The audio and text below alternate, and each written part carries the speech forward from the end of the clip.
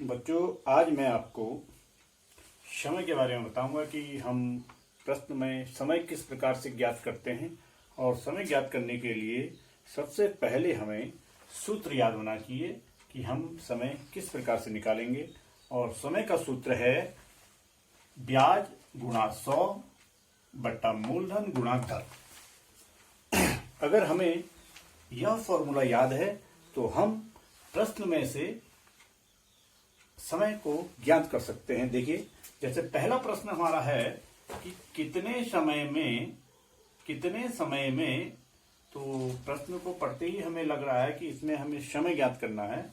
तो प्रश्न है कितने समय में 4,250 रुपए का 8% वार्षिक ब्याज की दर से साधारण ब्याज 1,360 रुपए हो जाएगा। अब देखिए, समय ज्ञात करने के लिए हमें सबसे पहले फॉर्मूला याद होना चाहिए और फिर प्रश्न में से हमको ये पता होना चाहिए कि ब्याज कितना है, मूलधन कितना है और दर क्या दी हुई है। अब मैं आपके सामने पहले प्रश्न को सॉल्व करता हूं। देखिए, पहला प्रश्न हमारा है कितने समय में, यानी कि हमें इसमें समय ज्ञात करना है। सबसे पहले देखिए, हमें इसमें समय ज्ञात करना है। 4,250 रुपए का, ये जो 4,250 रुपए है, ये है हमारा मूलधन। मूलधन है इसमें 4,250 रुपए, 4,250 रुपए।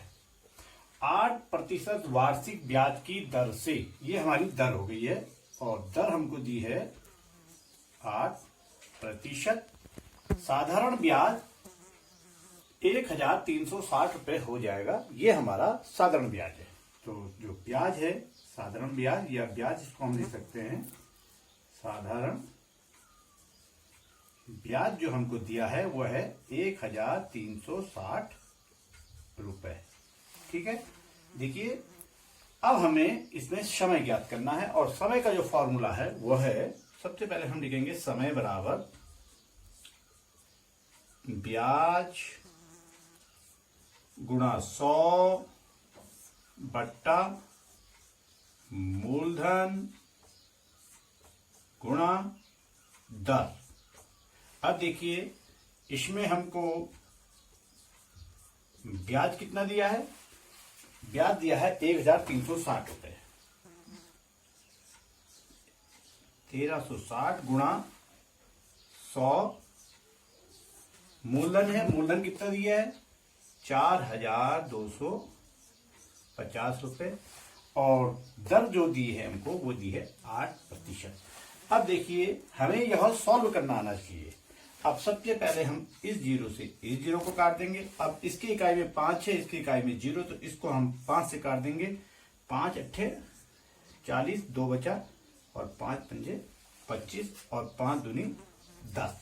अब देखिए, इस 2 से हमने इस 8 को काट दिया तो ये हमारा 4 आ गया।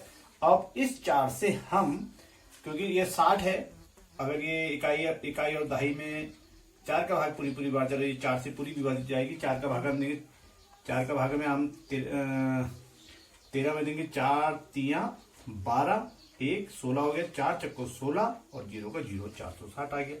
अब हम इसे काट देंगे। देखिए, ये इसकी इकाई में 5 है, इसकी इकाई में 0, तो ये 5 से काट देंगे। 5 से इसको काटेंगे तो 17 बार आ जाएगा और 5 से हम इसको काटेंगे तो कितना आएगा?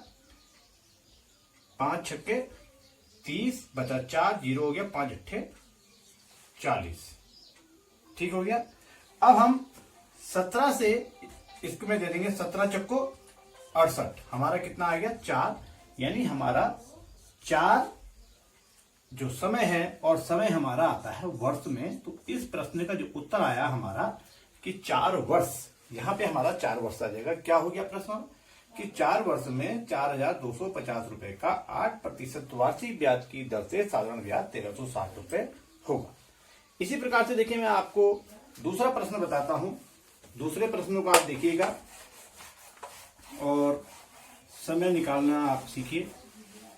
दूसरा प्रश्न है कितने समय में, इसमें भी हमें समय ज्ञात करना है। 800 रुपए का ये मूलधन हो गया है, साधारण ब्याज 160 रुपए हो गया है।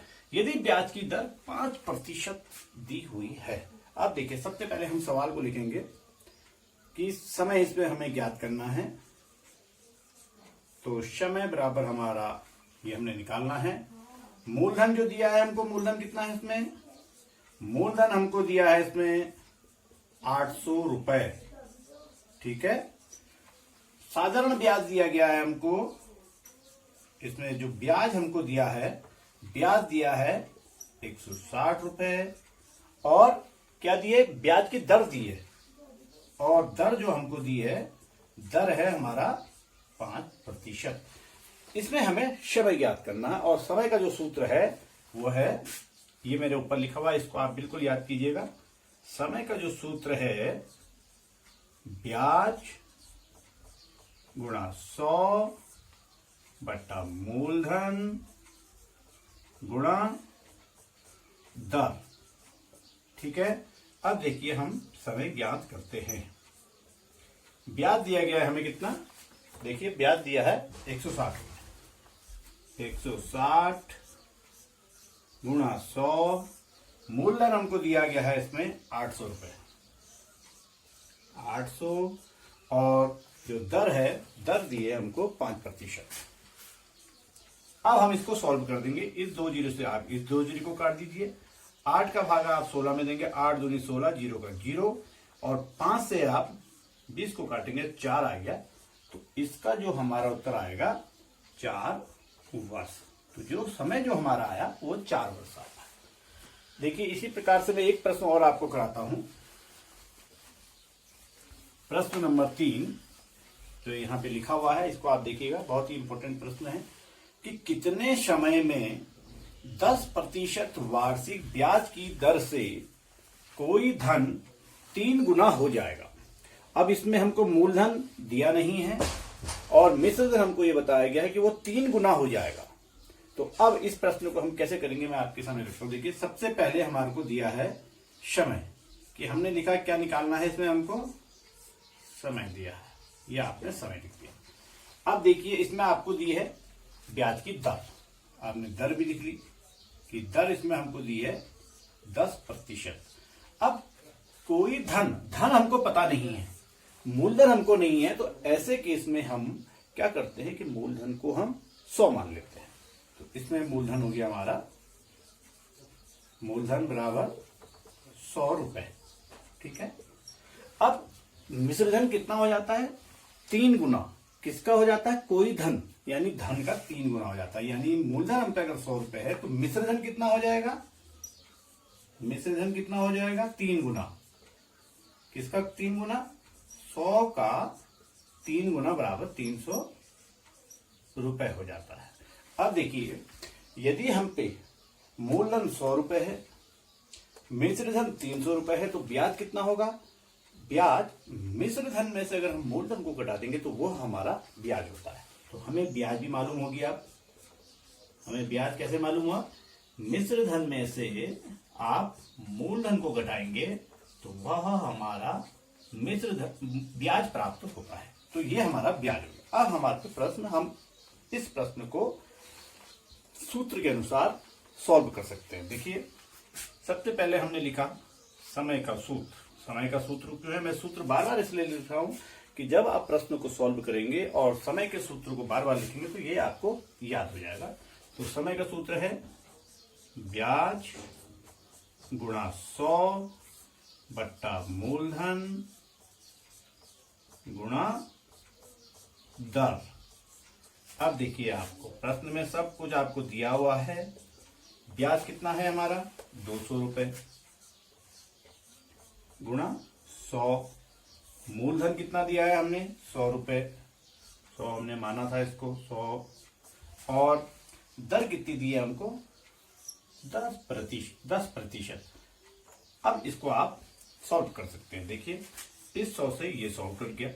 अब इस 0 से हमने ये काट दिया तो हम पे बचा 20। तो हमारा उत्तर जो आया वो क्या आया? 20 वर्ष। यदि देखिए, हमें अगर सूत्र याद है और हम सवाल को, जो प्रश्न हमें दिया गया उसको ध्यान से पढ़ेंगे और हमें ये पता चल जाता है कि इसमें मूलधन क्या है, दर क्या है और ब्याज हमें क्या दिया है। तो इस फॉर्मूले के बेस पे हम समय को बहुत ही आसान तरीके से ज्ञात कर सकते हैं। धन्यवाद।